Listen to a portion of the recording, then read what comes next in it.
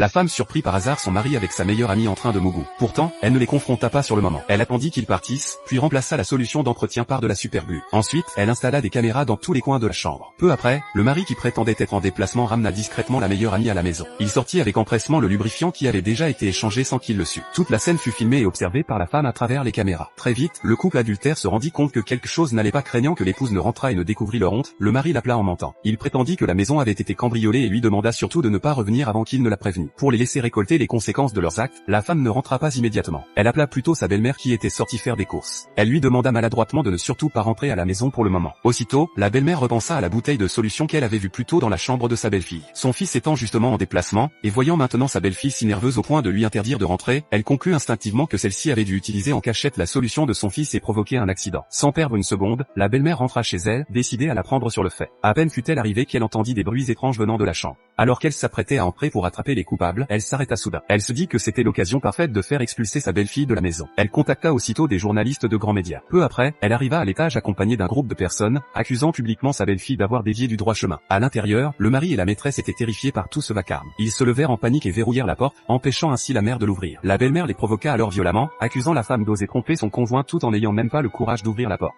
La femme manipulatrice comprit que la belle-mère croyait que la personne enfermée dans la chambre était la femme de l'homme. Elle réalisa qu'il aurait suffi que l'homme prît la parole pour dissiper les soupçons, faire croire à sa mère qu'il était bien présent et ainsi éviter que leur liaison ne fût exposée au grand jour. L'homme tenta alors de se faire passer pour son propre fils en affirmant à plusieurs reprises qu'il se trouvait dans la chambre et que sa mère se trompait. Cependant, la mère, naturellement méfiante, ne le crut pas. Elle était convaincue que son fils était parti en déplacement le matin même et que la personne cachée derrière cette porte ne pouvait en aucun cas être lui. La femme, qui observait toute la scène, se remémora alors comment l'homme avait profité autrefois de la confiance aveugle de sa mère pour la salir. Elle se promit de lui faire cette fois-ci payer ses manigances et de le laisser subir les conséquences de ses propres actes. La belle-mère ordonna alors à toutes les personnes présentes de forcer la porte. Voyant que le scandale était sur le point d'éclater, la femme paniquée pressa le salaud de trouver une solution. Elle se souvint alors qu'elle était chanteuse. Elle entonna quelques phrases de son tube le plus célèbre. Ce chant fit hésiter la belle-mère, qui commença à se demander si la personne à l'intérieur n'était pas réellement son fils. Mais à l'instant suivant, le perroquet de la maison se mit à répéter une phrase compromettante, exhortant quelqu'un à se dépêcher tant que le mari était absent. Ces mots suffirent à dissiper immédiatement les doutes de la belle-mère. Elle se convainquit que le chant n'avait été qu'une imitation et que le refus persistant d'ouvrir la porte prouvait que son fils n'était pas à l'intérieur. Elle donna alors de nouveau l'ordre au groupe de défoncer la porte, encourageant tout le monde à agir ensemble. Après plusieurs tentatives synchronisées, la porte céda enfin.